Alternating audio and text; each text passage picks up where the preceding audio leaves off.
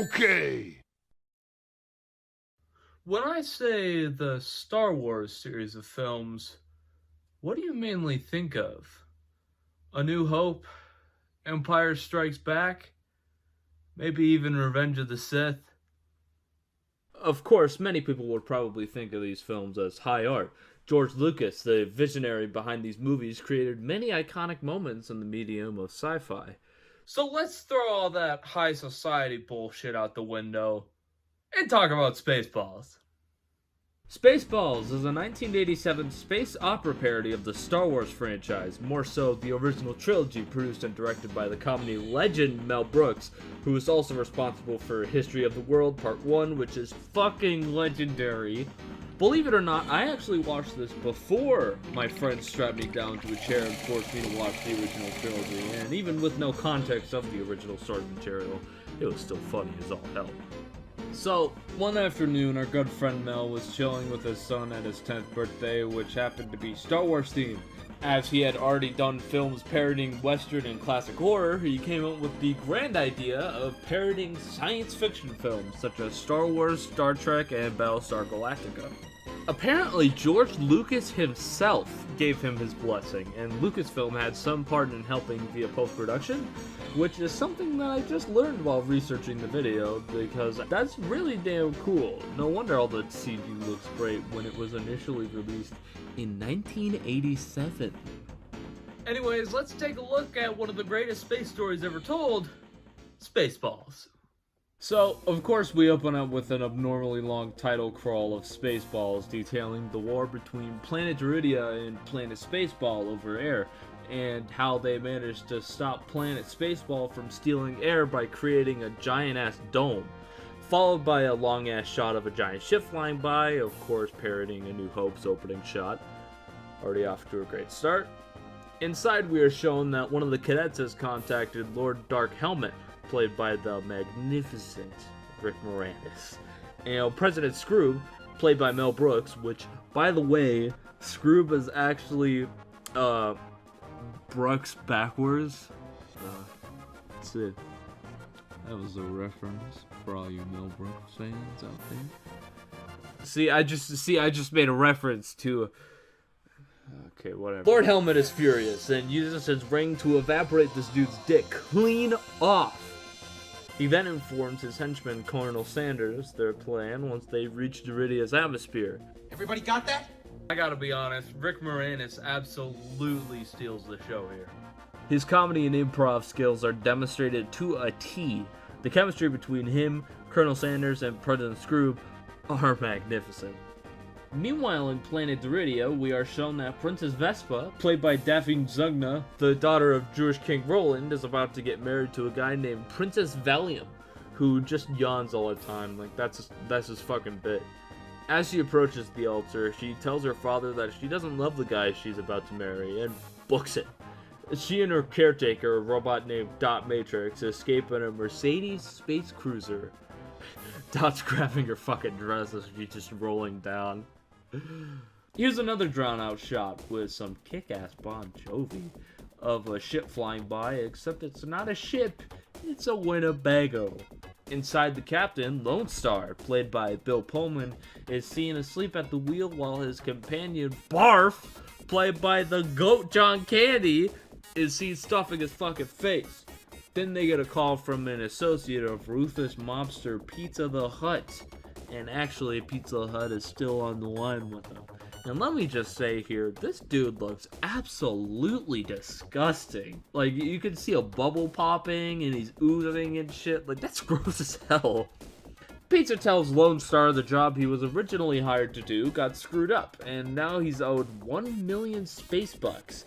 100,000 space bucks? By tomorrow? Then they get a call from King Roland, who wants them to track down Princess Vespa, and while hesitant at first, they manage to locate the position of her space cruiser and rescue her. I gotta bring up again how funny these guys are. Lone Star and Barf have incredible chemistry. Like, you can just tell that these dudes have been through a lot and that they could care less about anything else going on. Then President Scrooge is just messing around and there's a clever beaming joke from Star Trek, whatever. Lone Star decides to make quick tracks to escape Spaceball 1 and Dark Helmet. He puts the Winnebago into hyperactive mode and speeds off. Dark Helmet decides to go after them, but to catch up, they put Spaceball 1 into ludicrous speed mode, which, by the way, is faster than hyperspeed, so... They overshoot the Winnebago by a week and a half, and Dark Helmet flies into the wall. What the hell was that? Spaceball 1. They've gone to plaid.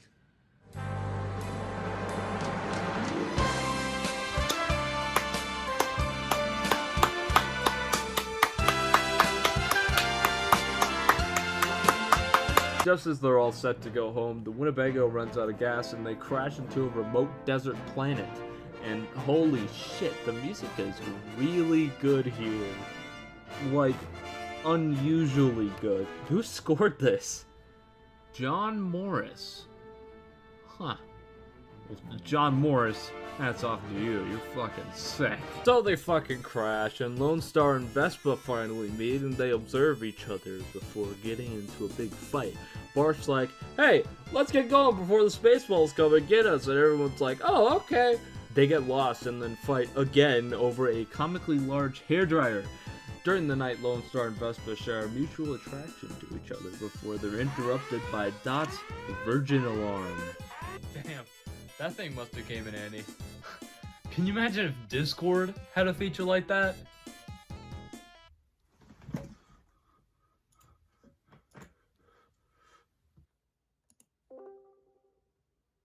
Evening.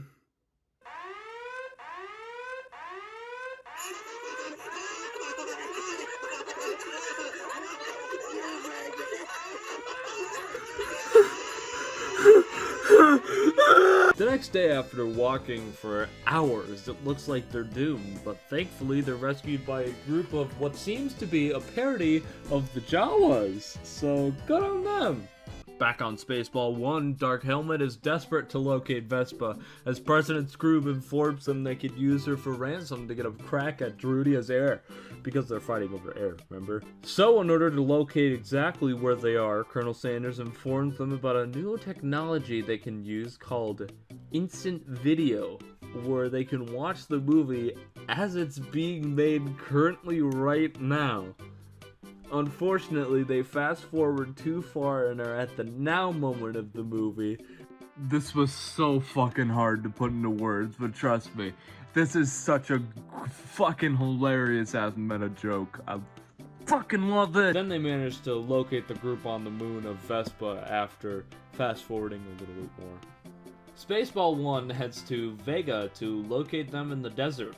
Dark Helmet instructs his minions to literally comb the desert to search for them.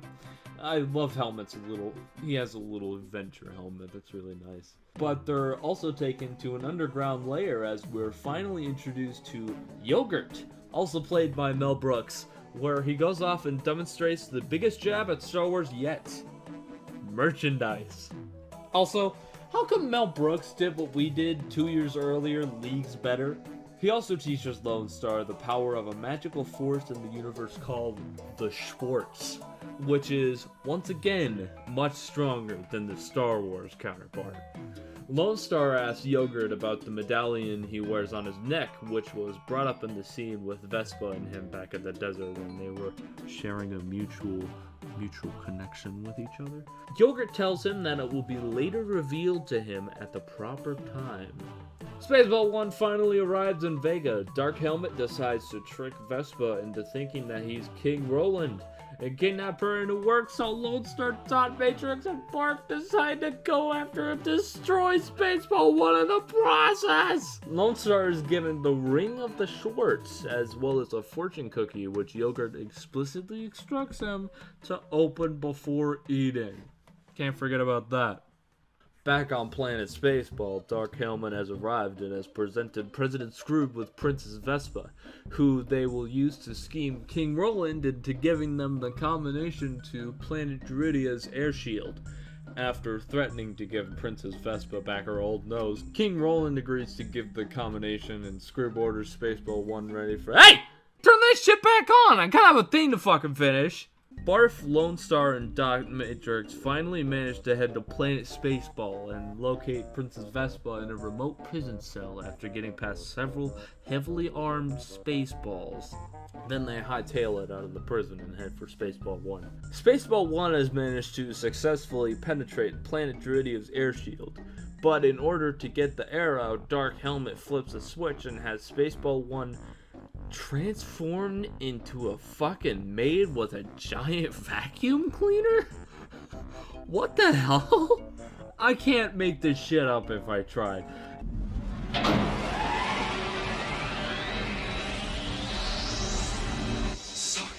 Suck! Just as it looks like Spaceball 1 is successful, Lone Star uses his Schwartz trading that he learned from Yogurt to turn the vacuum cleaner switch into the off position. Then they fly into the ear of the Mega Maid. Lone Star finally has his face-to-face confrontation with Dark Helmet. Dark Helmet just fucking throws the ring into a fucking vent. Fooled you! Lone Star, without his ring, manages to defeat Dark Helmet and push Spaceball 1's self-destruct button. The Spaceballs and everyone and everything inside the ship flee except for Dark Helmet, Colonel Sanders, and President Scroob. A bear actually manages to get into one of the escape pods. Where is it? Where is it? It's gotta be here. Out of order! Fuck! Wait, did he just say fuck? The ship self-destructs and Mega Maid's head crash lands on an ape planet, cause of course there has to be a fucking reference to Planet of the Apes. It's fucking 80s. Back on the Winnebago, Lone Star and Barf learn that Piece of the Hut fucking died somehow, so they don't owe him anything anymore. Woohoo! So, Lone Star heads for Druidia and drops Vespa off at the castle. They resume where they left off with the princess attempting to marry that dumbass prince who's always snoring and shit. As they walk down the aisle, Vespa is stunned to learn that Lone Star didn't take the money he was offered, only enough for gas and food. Lone Star and Barf are seen at a random space gas station, filling up and stopping in the coffee shop. Then the fucking dude from Alien shows up. I don't know his name. I didn't see Alien. I'm sorry. And the dude pops out and does a little ditty. Hello, my baby. Hello, my honey. Hello, my ragtime gal. Send me a kiss, It's kind of silly. I giggled a little bit. A little bit. Barf is still hungry, because of course the fucking is, so they take a crack at the fortune cookie that Yogurt had given them. Yogurt reveals exactly what the medallion that Lone Star wears on his neck is. It's a royal birth certificate. It certifies that Lone Star is the son of a king and queen, and if they hurry, Lone Star could have a princess in their future. This is not explained at all. We don't know what king and queen. We don't know where they're fucking from. Man. They quickly turn around and head back for Druidia. Just as it looks as their wedding is unavoidable, Lone Star shows up and tells Vespa that he's a certified prince because he just found out from fucking Yogurt, I guess, and asks her to marry him. They get married and sail off into deep space in the Winnebago, and that's the end. So that was Spaceballs, an honest-to-God cult classic parroting one of the greatest film franchises of all time. This movie is really fucking funny. It definitely still holds up to this day. You know, there's a lot more to talk about when it comes to Spaceballs. There's the rumored / canceled / development hell-esque Spaceballs 2. They mention it in the film as a line. There's a Spaceball cartoon that Mel Brooks did that brought back some of the cast. You can make a fucking month out of this, dude. Like, you could fucking do an entire fucking Spaceballs month. Hey! Kinda has a rig to it. Ah, shit, I think there's a little smudge on the screen. Yeah, there we go. Actually, I came back to this twice while I was working on this video. Once before I started writing the script and another to take more notes. It's just that fucking funny. But I'd like to show you all something that I've been working on for a very long time. My one-act play that it's called Man of the Star. So, thank you so much for coming to see our thing. Oh, yeah, I'm real excited to see your progress. Yeah. Alright, so basically, this scene is... Just show me what you got. Okay, alright. Go! Doc, what are we gonna do? The steel trader will be here any moment, knocking on our space door. What are we gonna do? Line. We might be screwed this time! We might be screwed this time. Don't worry, my friend. We might be able to make it this time. Hello, I'm Star Trader, and I'm here to come kill you too. Not if I have anything to say about it. You're gonna pay for that.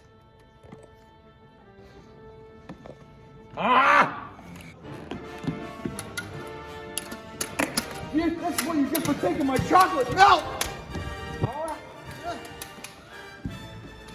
On guard.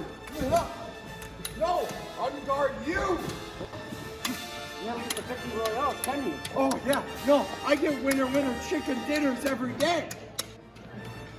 I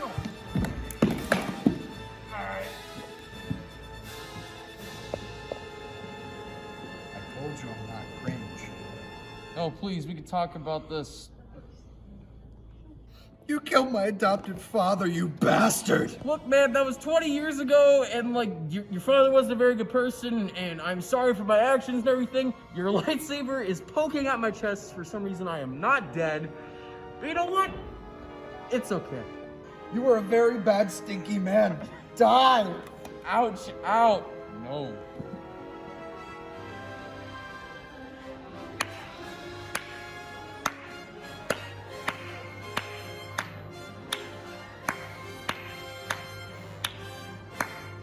I may have gone wrong in a few places.